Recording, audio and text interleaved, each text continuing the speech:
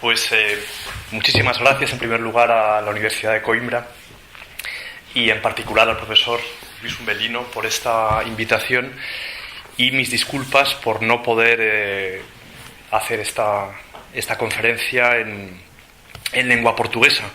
Lo que os propongo es una introducción a algunos conceptos fundamentales de la obra de Marc Richir y, como el propio profesor os ha dicho, no os sorprendáis si al principio no puede comprenderse todo. He puesto algunos de ellos en la pizarra.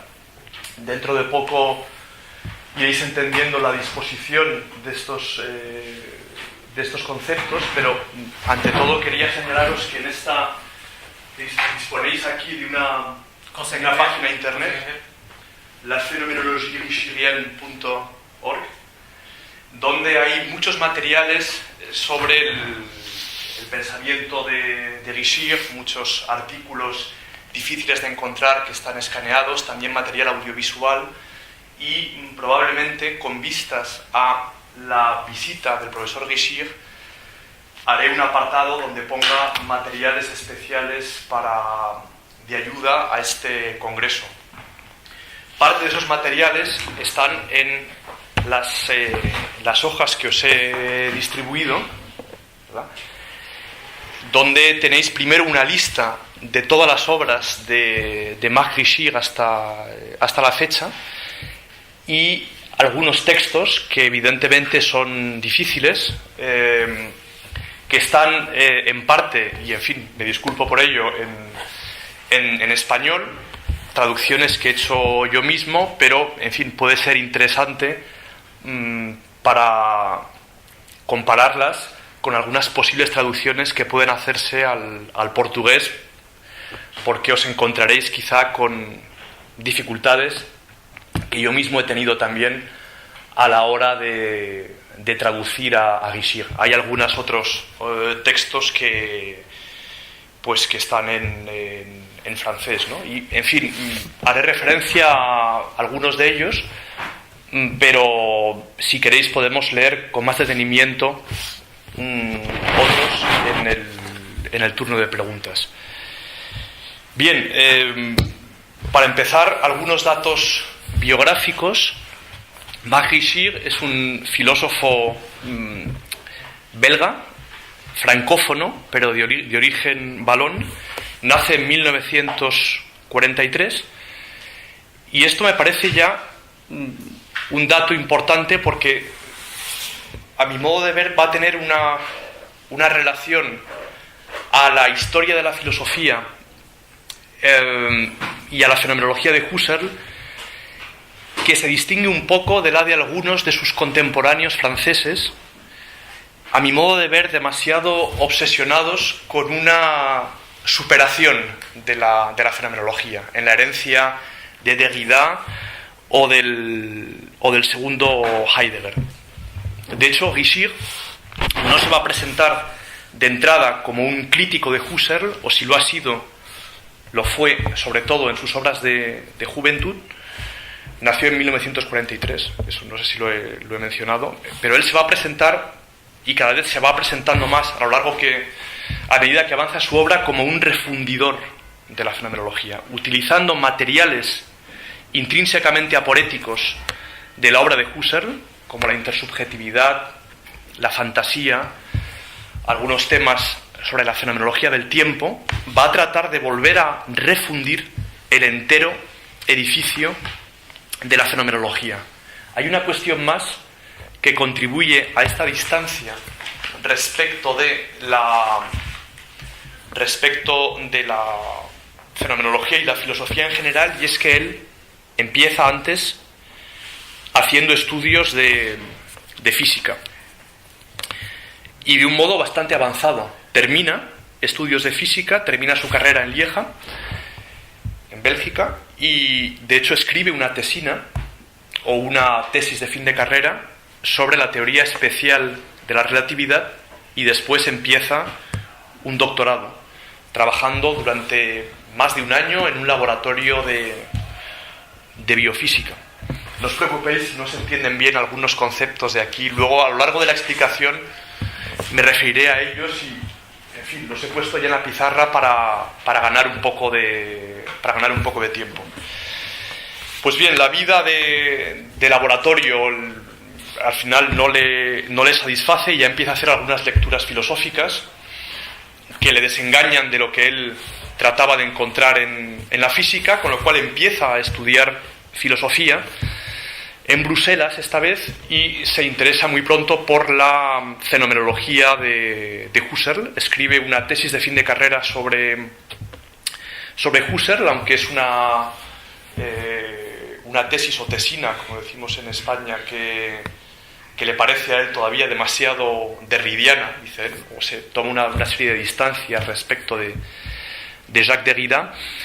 Y tenéis un texto muy interesante, es el texto número 1, no lo voy a leer ahora, pero simplemente para explicaros, que es una parte de una entrevista que se le hizo a Richir en el Magazine Littéraire francés, donde habla de su recorrido intelectual y de cómo, nos dice, al encontrarse con Husserl, primero tendió a interpretarlo demasiado desde la fenomenología post-heideggeriana y cómo, gracias a Heidegger, salió o abandonó el terreno de Derrida y salió de Heidegger o abandonó Heidegger a través de una lectura muy profunda del idealismo alemán. Su tesis será una tesis muy extensa sobre precisamente el idealismo alemán, Kant, Fichte, Hegel y Schelling. Hay restos de esa tesis que encontramos en sus dos primeros libros, Le rien et son apparence y Au-delà du renversement copernicien. Estos libros los tenéis, por cierto, escaneados también en esa página. Por lo menos Le rien et son apparence, el otro no está permitido escanearlo, pero os lo puedo dar en privado si queréis. Y bueno, pues decir que luego quería también aludir rápidamente a que el segundo texto de la lista de los textos que se ha repartido es un texto bastante largo, en el cual él, en una obra suya del año 2000 que se llama Phénoménologie en esquisse, en la cual hay un descubrimiento de la fenomenología husserliana de la fantasía y cómo el redescubrimiento de lo que Husserl dice sobre la fantasía le va a servir a él para poder conceptuar mejor cuestiones que ya había tocado en otros textos y a las cuales nos referiremos aquí en esta conferencia. Fundamentalmente el fenómeno del lenguaje, que será nuestra entrada en este caso a la fenomenología de Richir. En fin, si os tomáis cierto tiempo, podréis ver cómo él hace un recorrido en el cual explica cómo ha ido conquistando poco a poco el campo de los fenómenos a lo largo de sus textos. Lo que es importante señalar es que él tiene la convicción de que algo esencial de su fenomenología se juega ya en algunas discusiones propias del idealismo alemán. Él trata de pensar el nada sino fenómeno, o el fenómeno, como algo que evidentemente no puede, como todo fenómeno, pensarse sin una referencia a mí. Ahora bien, el marco del idealismo trascendental absoluto, va a permitirle pensar una alteridad dentro de una referencia obligada a la subjetividad. Es decir, lo que va a intentar Richir, y esto vamos a tratar de detallarlo, es pensar el carácter salvaje del fenómeno sin recurrir de entrada a un noúmeno, ni tampoco volver a caer en un realismo ingenuo y hacer referencia directa a una realidad más allá del sujeto. Es decir, atenerse a la exigencia de ausencia de presupuestos en la fenomenología. Pensar inmanentemente a mi experiencia lo que está rebasando y lo que está superando mi experiencia. Y eso es lo que él va a tratar de pensar a través de, para empezar, y como veremos aquí, distintos ritmos de temporalización. Una temporalización fuera de presencia, lo que va a llamar una temporalización en presencia, y una temporalización que es la más corriente, aquella a la que tenemos más directamente acceso, que es una temporalización continua y en presente, que es sobre todo la que Husserl ha investigado. No va a haber entonces, como a veces se ha dicho, o como a veces intenta la fenomenología francesa contemporánea, una ruptura de la correlación trascendental, sino que lo que va a haber es una profundización de la correlación trascendental entre sujeto y mundo. Y habrá cosas arcaicas del mundo que le serán presentes a una afectividad arcaica de mí mismo a la cual no tengo directamente acceso. Es decir, la cuestión de la trascendencia se va a desplazar a tratar de pensar que en mi vida estoy viviendo muchas cosas a la vez, pero a distintos ritmos, y sin tener acceso a la parte de mi subjetividad que está en consonancia con las cuestiones más arcaicas del mundo. Cuando un fenómeno cuyo sentido es en cierto modo salvaje, irrumpe en mi vida, y esto es lo que se va a tratar de pensar, el fenómeno no me es algo absolutamente ajeno, sino no podría ser fenómeno. No es un puro contacto bruto, digamos, un mero sinsentido, sino que es algo que me va a obligar, que me va a imponer un tiempo y un ritmo suyo y un espacio propios. Y a eso van a responder partes arcaicas de mí, por así decirlo. Partes que no están en el presente al que yo tengo acceso y que no corresponden tampoco a las formas en las cuales yo recorto y comprendo el mundo, ¿no? Es lo que Grisig va a llamar la institución simbólica. Tenéis algunos textos también sobre esta cuestión. En una ocasión le oí a Grisig una formulación bastante clara de lo que él intenta en fenomenología, haciendo una referencia a Levinas. Levinas trata de apuntar y subrayar la diacronía de ciertos sentidos, el hecho de que haya algunos sentidos o algunos fenómenos que no están en sincronía con mi propio presente. Pues bien, Grisig lo que trata de hacer es una fenomenología concreta de esa diacronía. Y eso es lo que vamos a percibir de entrada en lo que él llama fenómeno del lenguaje. Si la fenomenología no es un simple fisicalismo, sino es un mero naturalismo, es porque ya trabaja siempre en el elemento del sentido. Por lo tanto, como os decía, los fenómenos no son simples señales brutas, sino que nos dicen algo o significan algo para nosotros. Ahora bien, resulta que nosotros siempre nos hemos superado a nosotros mismos en el dar sentido. Hay un anonimato fundamental del sentido. Y esa experiencia de formación progresiva de un sentido que hemos más o menos captado, pero tratamos de expresar y nos esforzamos por expresar de una forma cada vez más clara, es lo que Husserl llamaba Sinnbildung, formación de sentido. Una Sinnbildung, un proceso de formación de sentido que al final acabará en una Sinnstiftung, una institución de sentido más o menos clara, presente y accesible. Señalemos primero que cuando Grisig habla de fenómeno del lenguaje, la acepción de este término es muy amplia. Fenómeno del lenguaje es, o sería, la experiencia concreta de comprensión y expresión de un sentido que he captado, pero que todavía no sé muy bien qué es lo que significa.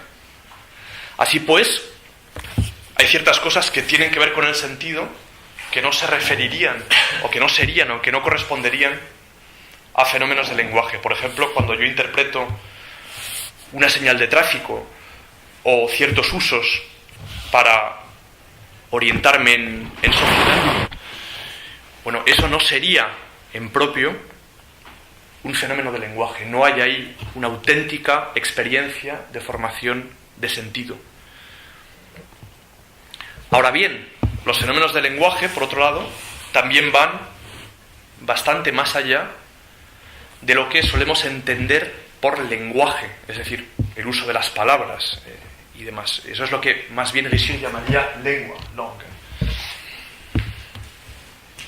La acepción, por lo tanto, de lenguaje es muy amplia, y la vida está llena de esas donaciones de sentido. Por ejemplo, una mirada es algo que puede vehicular un sentido que yo capto, que yo suelo captar antes con mi afectividad y que luego puedo tratar de expresar. O cuando me viene una idea a la cabeza.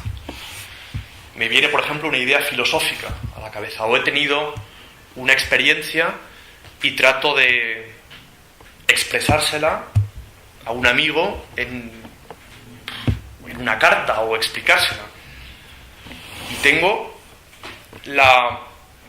Y hago la experiencia de que las palabras o expresiones que tengo a disposición no son suficientes. O tengo la curiosa experiencia de que no sé muy bien qué es lo que he captado en un paisaje, en una mirada, en un afecto, y sin saber lo que es, sé lo que no es. Es decir, puedo ensayar una expresión y decir, no es eso. Puedo leer un poema y puedo tener la experiencia de que una determinada metáfora de ese poema está especialmente lograda. Ahora bien, no sé muy bien por qué, no sé muy bien qué es lo que, de lo profundo de mi afectividad y del mundo, esa metáfora ha tocado. Y de hecho, y empezamos a ver ya aquí cómo se dibuja esta multiestratificación de mi vida, yo puedo continuar con mi vida normal, la vida que llevo en el ámbito de la institución simbólica, digamos, el continuo de los presentes, y tras un mes o dos volver sobre ese mismo poema y sentirme de nuevo tocado por esa sensación, esa comprensión extraña, esa indeterminación concreta que no consigo decir del todo. Ahí es donde está habiendo un fenómeno del lenguaje y la posibilidad de ir avanzando en la expresión de algo. Exactamente lo mismo ocurre con los afectos. Yo puedo tener un malestar afectivo, un presentimiento de algo, y no saber exactamente qué es. Hay experiencias de formación de sentido que pueden tardar mucho tiempo. Por ejemplo, en la historia o en la política. Esas son otros órdenes que Richir también ha investigado, ¿no? En el amor, por ejemplo, yo puedo... Una comprensión, una formación de sentido puede tomarse su tiempo para madurar y llegar yo a la, iba a decir conclusión, no es la palabra, pero bueno, al final se me manifiesta pues que estoy enamorado de tal persona o que no estoy enamorado de tal otra. Y es como si hubiera una vida fenomenológica que corre por debajo de mi vida consciente, de la vida hecha de palabras, hecha de significados que están a disposición, que se hubiera rebelado contra ciertos prejuicios o ciertas preconcepciones que la lengua le imponía a esa formación de sentido. Voy a leeros un texto en español que tenéis en francés, en fin, no sé qué texto es, pero bueno, lo tenéis en estas hojas, es uno de los últimos textos, me parece. Pero vamos, eso, si queréis, lo podemos ver luego con más con más detenimiento, ¿no? Pero donde Guichig habla de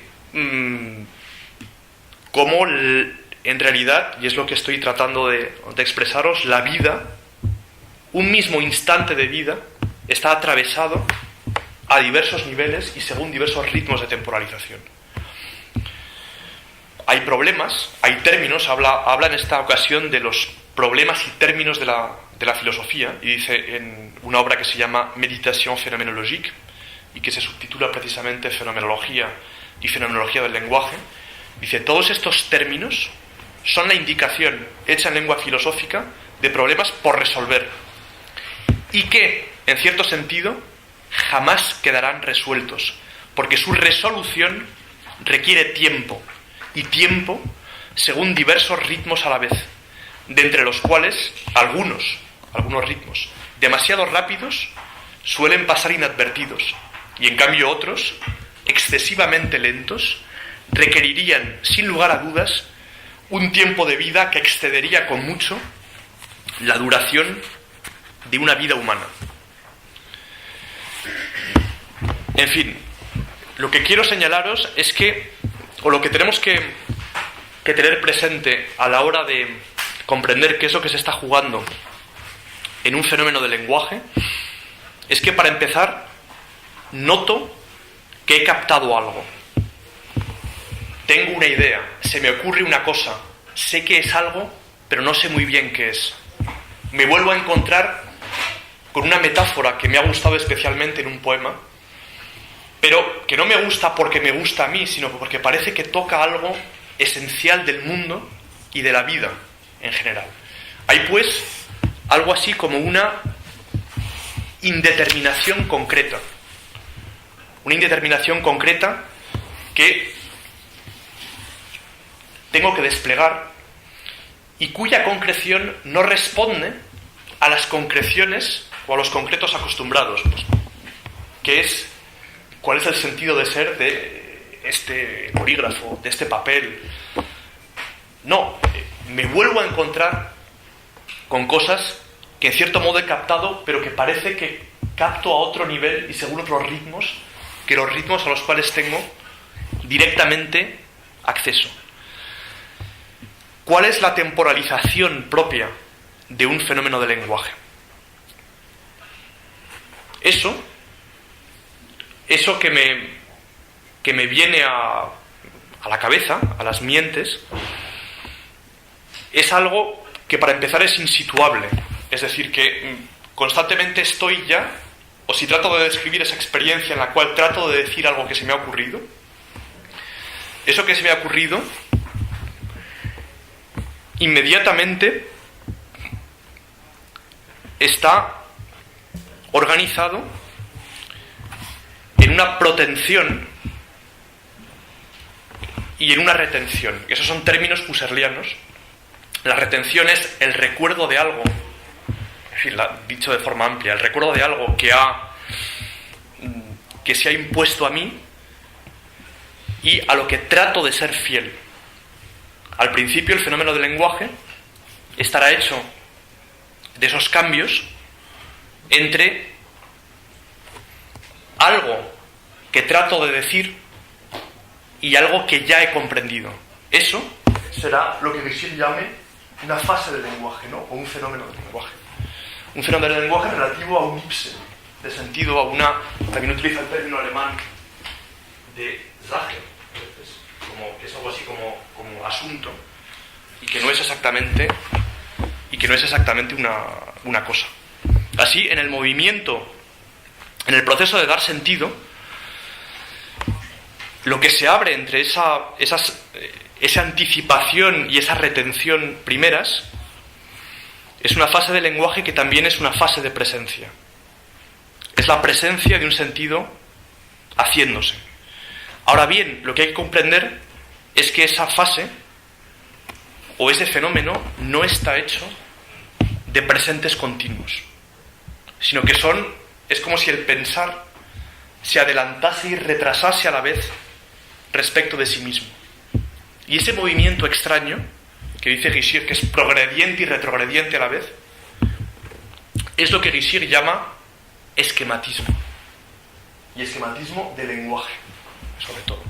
Ahora vamos a ver que el esquematismo del lenguaje, en realidad, es ya siempre una reesquematización de un esquematismo fuera del lenguaje. Esa idea que se me ha ocurrido, ese ipse de sentido que todavía no puedo decir, pero que siento, y que sobre todo lo que siento muy claramente son las desviaciones respecto de ello, es algo que ya siempre ha ocurrido y a lo cual no tengo acceso. No tengo acceso en el momento en el cual me llega. Lo que me llega ya siempre se me da en esa forma de virazones o reviramientos entre una fase adelantada, una anticipación y un retroceso. Así pues, el movimiento de dar sentido parece estar desplazado originariamente respecto de la pura actualidad de mi vida, respecto de aquello a lo que se refiere el decir ahora.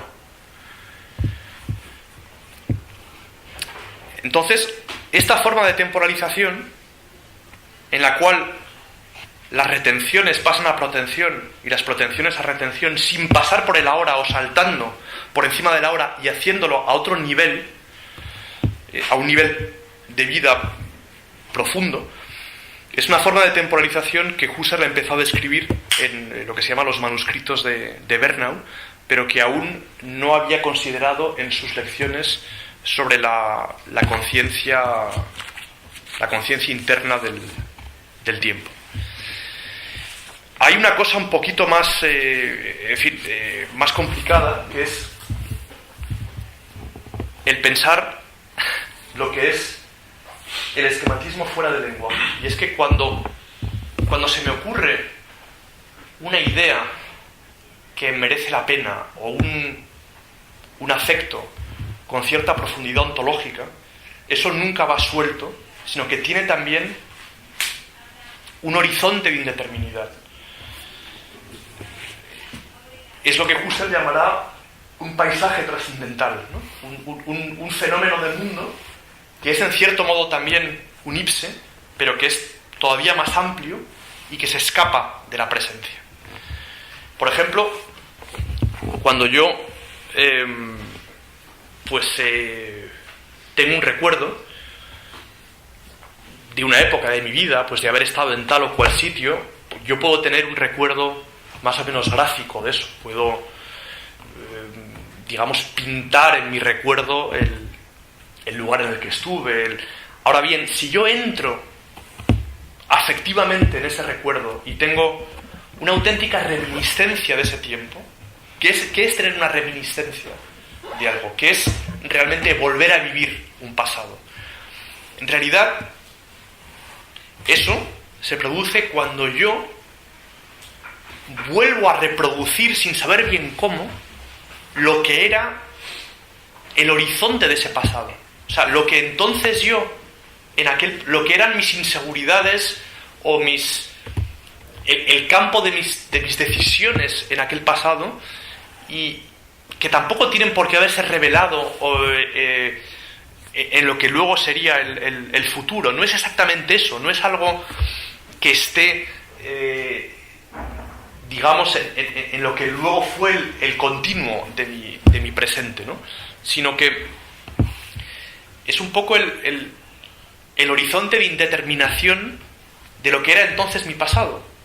Cuando vuelvo a escuchar una canción que me era familiar en tal momento de mi vida, pues lo que eso vuelve a traer es el horizonte de futuro de aquel pasado, que no tiene por qué ser el horizonte, que no tiene por qué ser lo que luego ha sido mi futuro. Cuando miro un paisaje, por ejemplo, y un paisaje que me sobrecoge y tengo un afecto o una afección sublime, d'Iragishir, pues hay algo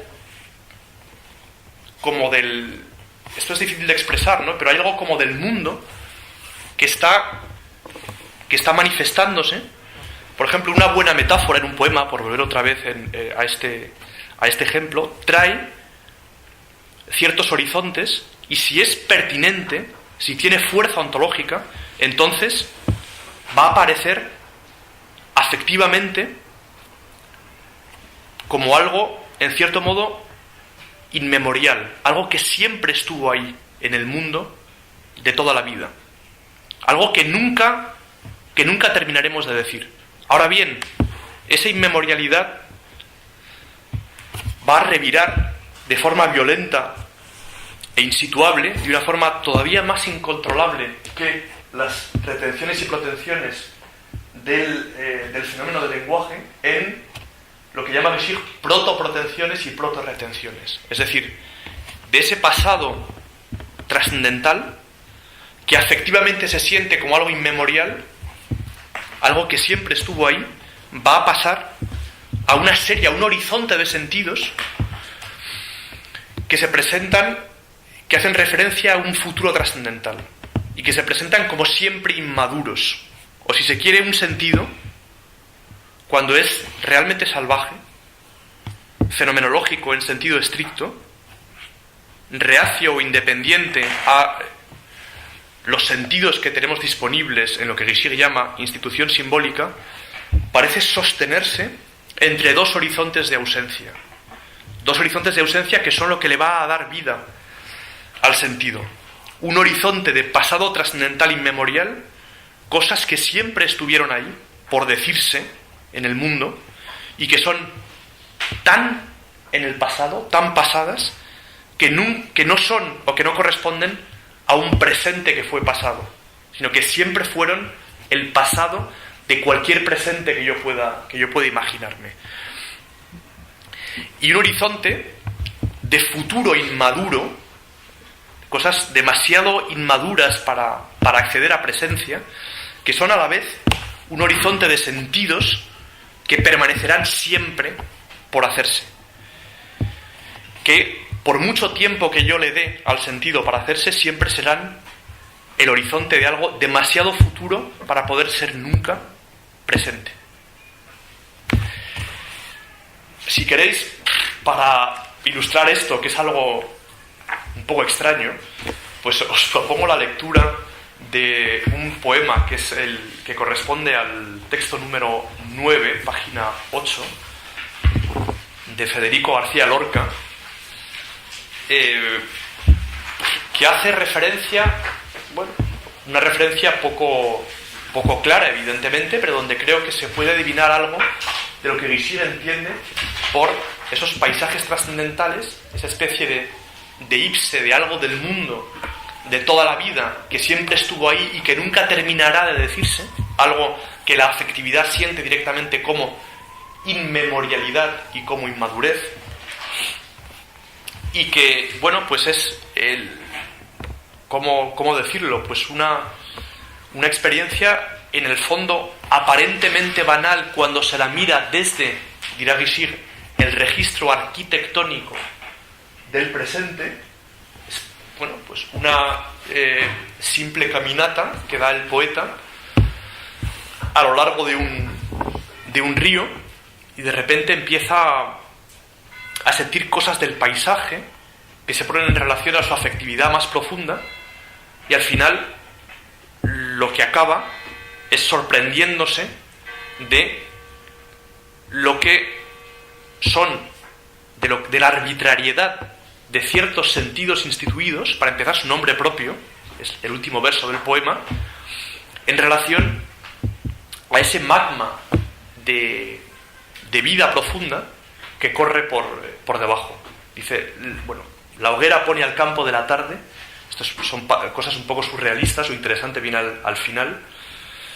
Unas astas de ciervo enfurecido, todo el valle se tiende. Por sus lomas caracolea el vientecillo. El aire cristaliza bajo el humo. Ojo de gato triste y amarillo. Yo en mis ojos me paseo por las ramas se pasean por el río. Llegan a mí mis cosas esenciales. Son estribillos de estribillos. Entre los juncos y la baja tarde, qué raro que me llame Federico. Es esa experiencia un poco extraña en la cual parece que hemos comprendido algo del mundo de siempre, pero que siempre estuvo ahí, y que a su vez resuena o consuena con algo muy profundo de nuestra afectividad, y que es, como os decía, esta nueva forma de comprender la trascendencia como pensar una multiestratificación dentro de mi vida que hace que haya ritmos de afectividad profunda a los cuales no tengo acceso. De hecho, Guichard va a distinguir entre un inconsciente fenomenológico y un inconsciente simbólico. El inconsciente simbólico es el que estudia en propio el psicoanálisis, que está hecho de afectos. En cambio, de afectos que tienen que ver con el enigma de mi institución simbólica y significante, en un sentido más lacaniano, por ejemplo. Una serie de intrigas simbólicas que están en exceso o por encima del campo de lo fenomenológico, que es lo que amanece en el poema, de tal suerte que uno se extraña, como nos ha pasado a todos, decir, pero yo soy esto, ¿qué es lo que...? Bueno, por eso el inconsciente fenomenológico, en cambio, lo constituyen todas esas esquematizaciones profundas del lenguaje y fuera del lenguaje, con su lado afectivo, con esa parte afectiva de mí que ha comprendido eso, pero que yo no puedo seguir con el lenguaje, ¿no? Es decir, hay un exceso de la parte afectiva respecto de ese esquematismo del dar sentido, ¿no? Aunque estén intrínsecamente ligados. No es lo mismo la inactualidad del inconsciente fenomenológico, hecha de esos horizontes de ausencia, pero que son en cierto modo una plenitud. Lo que ocurre es que, y es lo que la fenomenología de Guichard nos va a acostumbrar a pensar, esa plenitud no está hecha de cosas accesibles, de cosas que podamos detener en una hora, sino que son cosas muy sutiles, igualmente rigurosas, pero que no están dadas en el ritmo del continuo de los presentes. Y sin embargo son cosas rigurosísimas. Por ejemplo, un personaje de novela. Cuando yo leo una buena novela, un personaje puede definirse de forma muy clara. Y yo no necesito imaginármelo como si estuviera percibiéndolo para tener una comprensión de ese personaje. Ese personaje se comprende de una forma directamente afectiva y yo, gracias a ello, y sin tener que habérmelo imaginado antes, puedo decir que tal película es una buena o mala adaptación de una novela, o que tal personaje está más o menos...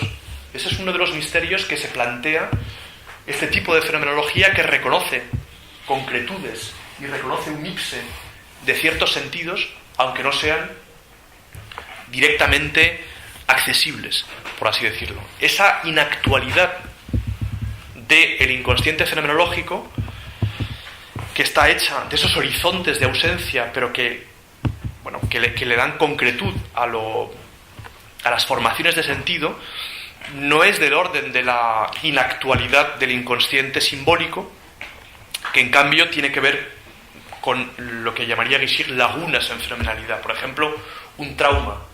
Un trauma no es una experiencia que yo sienta profundamente pero a la que no llegue, sino que es una parte de experiencia que en cierto modo me falta, una laguna de fenomenalidad que tratamos de reconquistar pues a través de, por ejemplo, automatismos de repetición que pueden y que tienen formas de volver a resurgir en el presente, que no son las propias de una formación de sentido auténticamente fenomenológica, sino que pueden volver como un flashback sin sentido, relativamente traumático, ¿no? O sea, son inconscientes que sencillamente son de otro orden, ¿no? Así pues hay, si recapitulamos, grosso modo, tres tipos de temporalización: fuera de presencia, en presencia y según presentes. Y Eso es, en cierto modo, lo que Gishir entiende por arquitectónica. Yo soy sujeto, yo hago tiempo en un mismo instante de mi vida, pero según ritmos distintos. Aquí yo soy un sujeto que puedo decir yo, que estoy en posesión de mí. Aquí soy sujeto de una forma distinta, y no digamos ahí soy cuerpo de una forma distinta, ¿no? según qué lugares, ¿no? Si yo hay algunas instituciones, algunos tipos de experiencia en los cuales es relevante la sensación que estoy teniendo ahora, la sensación que yo puedo detener en una hora. Por ejemplo, la percepción de esta mesa, la pura sensación de ahora que está tiñendo mi presente, el marrón de esta mesa, sin evidentemente agotar el fenómeno mesa, que es mucho más rico, evidentemente, sí tiene algo que ver con el fenómeno. Ciertos afectos, por ejemplo, un claro o punzante dolor físico, lo que, digamos, la sonda de la hora me permite aislar. Digo, bueno, ¿cuál es el contenido de mi sensación ahora, en presente?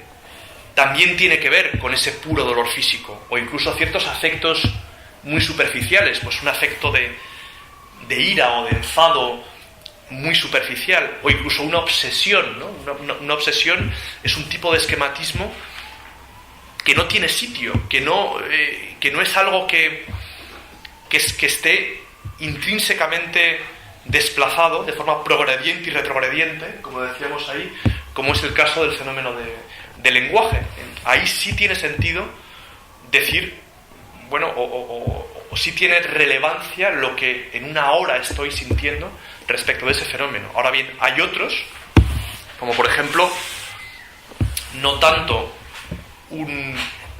la captación de un sonido monocorde, son los ejemplos propios de Husserl en las lecciones sobre la conciencia del tiempo inmanente, donde sí que si detengo ese sonido en una hora, en un presente continuo, eso sí me da un dato fundamental respecto del todo del fenómeno. Ahora, si estoy escuchando una melodía, para yo captar una melodía o una sinfonía, tengo que hacer anticipaciones y retrocesos en los cuales, bueno, pues que yo detenga esa melodía en un momento no me dice absolutamente nada de esa melodía. Exactamente igual en un fenómeno de captación de un sentido. Si yo estoy tratando de desarrollar una idea filosófica o poética, si yo detengo ese proceso y digo, ¿de qué está hecha mi vida accesible en ese momento? Ahora, pues no tengo absolutamente nada. Exactamente, o lo que tengo no tiene ninguna relevancia con el todo del fenómeno, ¿no? Que está a otro nivel.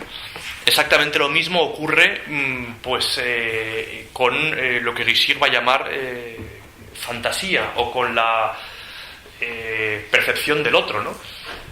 Si yo estoy fantaseando un combate de centauros, ¿no? Es el clásico ejemplo de Husserl. Lo que yo detenga en ese momento, la sensación que tengo, no dice nada de algo que está originariamente desplazado respecto de la actualidad. En realidad, lo que Gishir va a criticar, o sea, una de las cosas que va a criticar es una transposición del modelo perceptivo a los diferentes tipos de captación fenomenológica.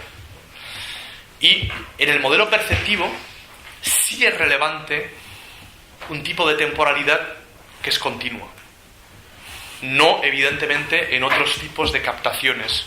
La captación por la fantasía, el fenómeno de lenguaje o la comprensión de una alteridad, ¿no? Sentir una vida en un cuerpo distinto al mío, ¿no? Toda la fenomenología husserliana de la de la intersubjetividad. Entonces, en realidad esto, para hablar en términos algo más generales, lo que se trata es de pensar un pluralismo de los fenómenos que nunca se reduce, es decir, que no puede preverse ni reducirse, y cada fenómeno es en cierto modo igual a sí mismo. Es decir, no hay algo así como la fenomenalidad en general, o no hay un fenómeno de la fenomenalidad en general como lo ha podido haber en ocasiones en Husserl con el tiempo inmanente, ¿no? En el caso de Husserl, todos los fenómenos tienen que componerse con, o tienen que tener un lugar dentro del continuo del tiempo inmanente. Si un fenómeno es auténticamente suyo, si yo quiero una fenomenología con fenómenos, y no solo la fenomenología de un fenómeno fundamental, el fenómeno de la fenomenalidad, por ejemplo, es otro error de Heidegger hasta cierto punto, ¿no? El remitir todas las posibilidades del Dasein, ¿no? Hasta cierto punto, ¿no? O tratar de ver qué es el ser, ¿no? Como algo así como un denominador común de todos los tipos de fenómeno, ¿no? Es aquello que Rischig quiere romper y aquello que él denuncia con la palabra simulacro ontológico. No hay algo así como un fenómeno de la fenomenalidad como tal, sino que la fenomenalidad es fenomenalización de fenómenos particulares que se muestran en su salvajismo, en su alteridad, porque no están a mi escala, aunque, como estamos tratando de ver, no me son tampoco completamente ajenos. Se dan, dice Rischig, en parpadeo. La palabra francesa es clignotement. Es decir, se dan de forma intermitente. Solo intermitentemente accedo a, si se quiere, la parte subjetiva mía que está en consonancia con ellos. Esa parte que de repente emerge en el poema este de García Lorca, que está en consonancia con algo muy profundo del mundo, que está en inminencia pero que nunca termina de fenomenalizarse del todo, y que de repente el poeta comprende sin poder decirlo del todo, ¿no? Por eso no hay tampoco algo así como un trascendental claro, ¿no? Sino que hay un trascendental lábil. Es decir, es algo así como decir que la fase de presencia de un fenómeno del lenguaje está o es indefinida. Y utilizando una expresión de un psiquiatra fenomenólogo que se llama Henri Maldinet, dice...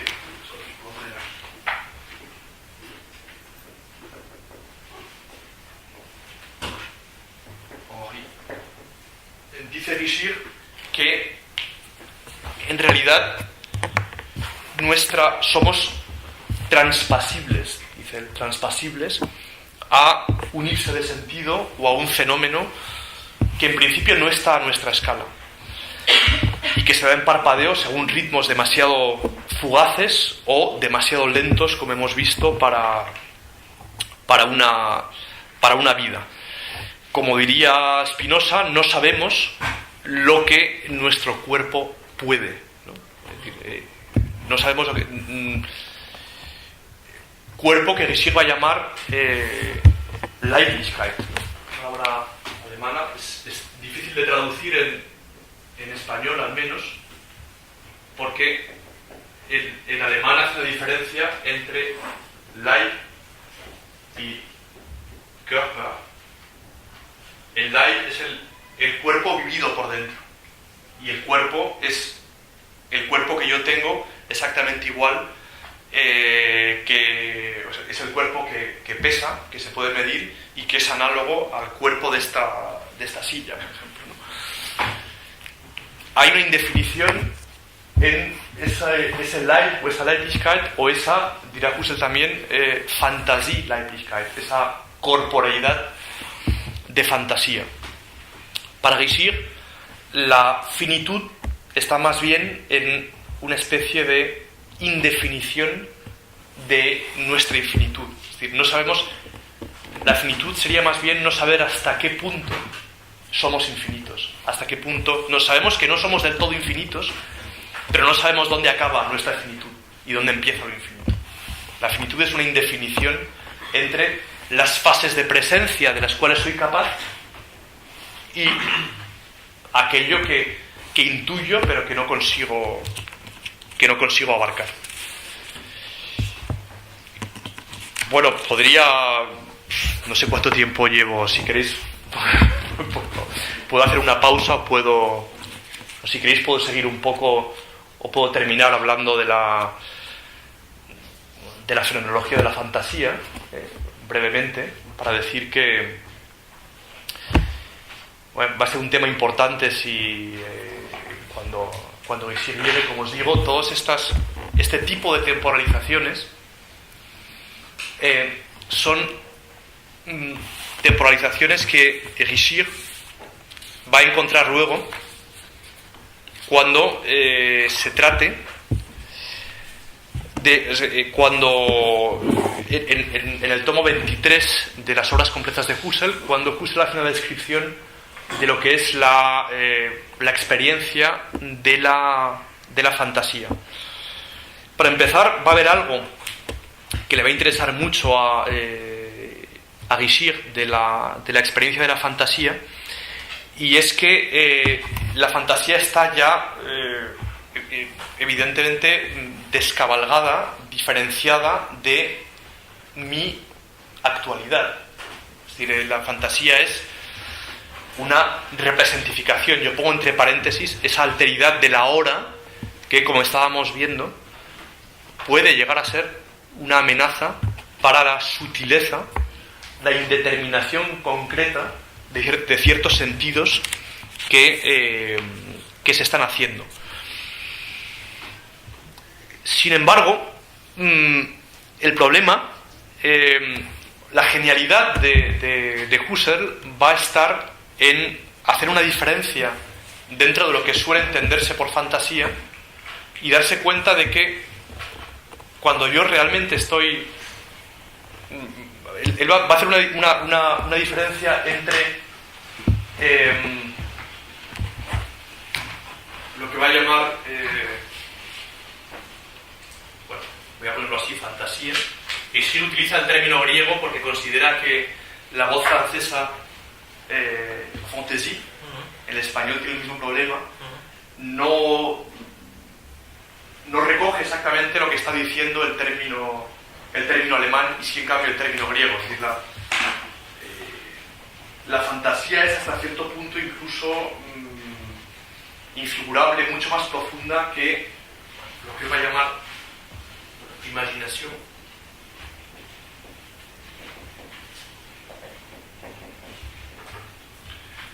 Y que en realidad va a poner en relación con lo que, os pongo los términos franceses, conscience, image.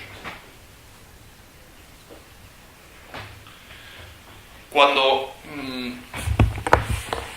yo realmente estoy teniendo una experiencia en fantasía, eso ha solido interpretarse como una especie de reproducción en la conciencia de una percepción. Yo tengo la fantasía de un combate entre centauros. Entonces, el error estaría en pensar que eso es algo así como la reproducción de lo que sería la percepción de ese combate. No, hay un acceso en la fantasía que es igual de directo que el de la percepción, que en alemán es Wahrnehmung. Es decir, cuando yo percibo esta mesa, el aparecer de esta mesa me pone en contacto directo con el objeto. Yo no tengo una representación, ¿no? Sin embargo, sí la tengo en la conciencia de imagen o en la imaginación.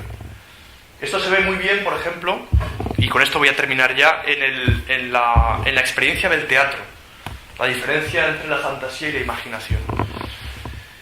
Cuando yo estoy delante de una buena representación, el ejemplo de Husserl creo que es el Ricardo III, el personaje de Ricardo III, si está siendo bien interpretado por el actor, a pesar de saber yo que se trata evidentemente de una persona de carne y hueso y que no es Ricardo III el que está ahí, yo voy a sentir de forma directa y de forma cuasi afectiva al personaje mismo de Ricardo III.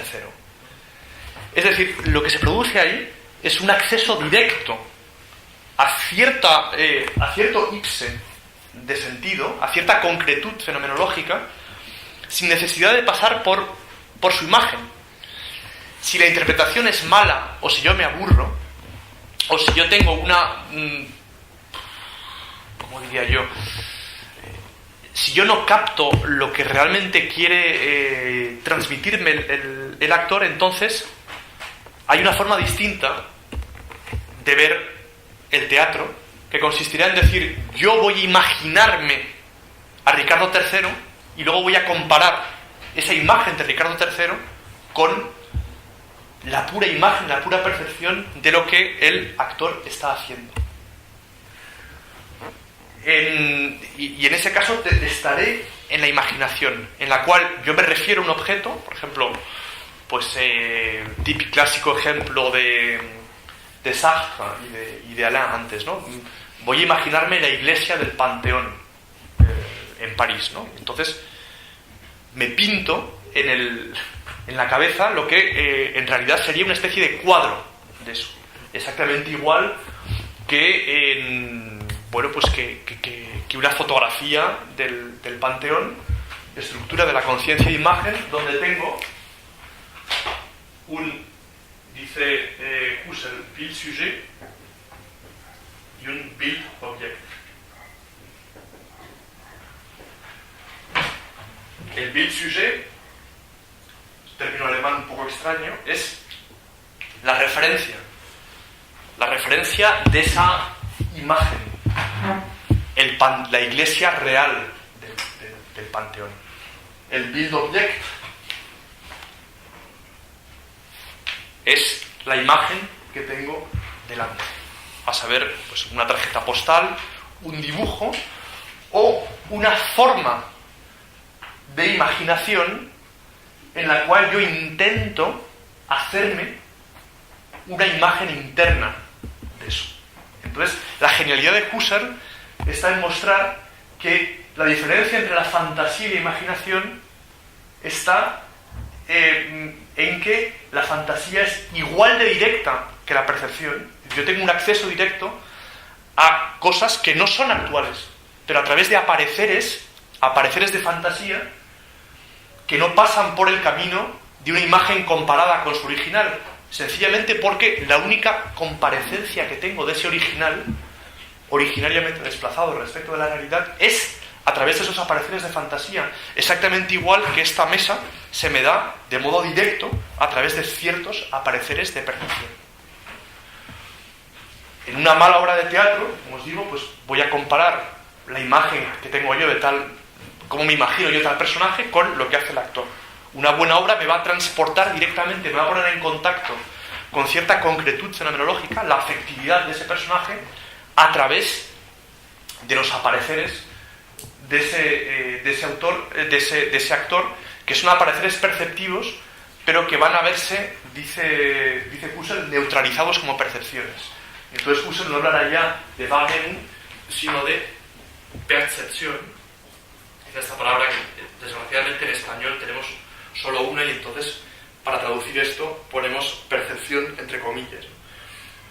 Y la fantasía perceptiva será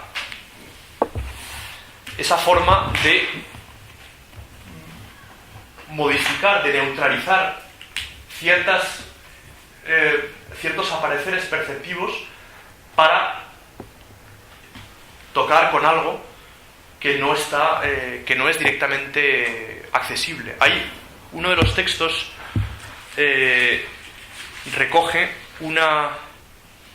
el texto 8, inmediatamente anterior al del poema de García Lorca, recoge una descripción que hace Jules Michelet, un historiador de la Revolución Francesa, casi coetáneo de los acontecimientos de la Revolución, en los cuales describe cómo ciertos lugares que los campesinos, que los habitantes de Francia de aquella época habían vivido antes de la Revolución, aparecen ahora de un modo absolutamente distinto. Porque se ha cortado, de forma casi literal, ¿no?, la institución, se ha cercenado la cabeza del rey, y la institución simbólica que estaba modificando de forma radical lo que eran lo que era el territorio que ellos pisaban, como algo que no les pertenecía, sino que era parte del rey o parte de la nobleza o parte de... ¿Qué ocurre cuando esa institución se ve suspendida? En fin, con esto quiero deciros que ese uso de la fantasía a través de la fantasía perceptiva muestra que la fantasía no es exactamente irse a otro mundo, sino tratar de ver posibilidades en el puro aparecer de las cosas que no están mediadas por una institución simbólica, ¿no?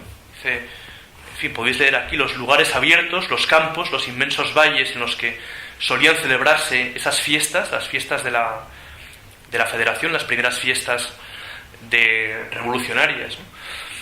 Esto es una cita de un libro de Guichard sobre un análisis fenomenológico de la política.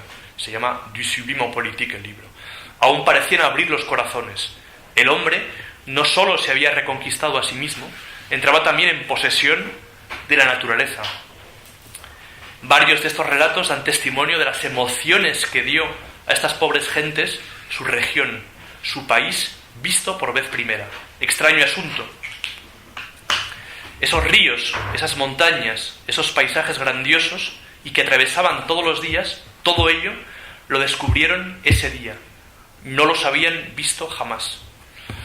Por último, decir que lo interesante de esos apareceres de fantasía, pues es que se dan, de un modo muy distinto a cómo se dan los apareceres propios de la percepción, que sí parecen estar más en relación con el continuo de los presentes, mientras que los apareceres de fantasía, dice Husserl, que son relampagueantes, que son intermitentes, que no puedo detenerlos, que son originariamente no presentes y que son proteiformes. Evidentemente, cuando esa relación de la fantasía con su objeto, entre comillas, es algo relativamente inmediato. Cuando yo trato de... Dicho de otra forma, la fantasía no se hace las preguntas que la imaginación se va a hacer. Si yo trato de, una vez más, pensar qué es lo que cuál es el contenido de mi fantasía, lo que hago es transponer la fantasía en imaginación y comparo un supuesto Bildobjekt, un supuesto Bildsujet, el modelo de lo que estoy fantaseando, con lo que estoy viviendo. Eso tiene igual de poco sentido con la fantasía que lo tiene con la percepción. Yo no voy a decir cómo se parece el aparecer que tengo ahora mismo de esta mesa a la mesa misma, puesto que la mesa misma solo se manifiesta a través de este aparecer. Exactamente lo mismo pasa con esas intuiciones de sentido de las que he hablado al principio, en relación con la estructura de la fantasía, igual de directa que la de la percepción, que Husserl describe en su curso de 1904 y que tiene una estructura distinta a la de la imaginación. Pues bien, eso es lo que recupera Guichard para tratar de pensar fenomenológicamente las cuestiones que he abordado al principio. Y con esto acabo y os pido realmente disculpas por, en fin, no haber sido más claro en punto a cosas que son difíciles, pero de las que podemos hablar. Muito bem, obrigado.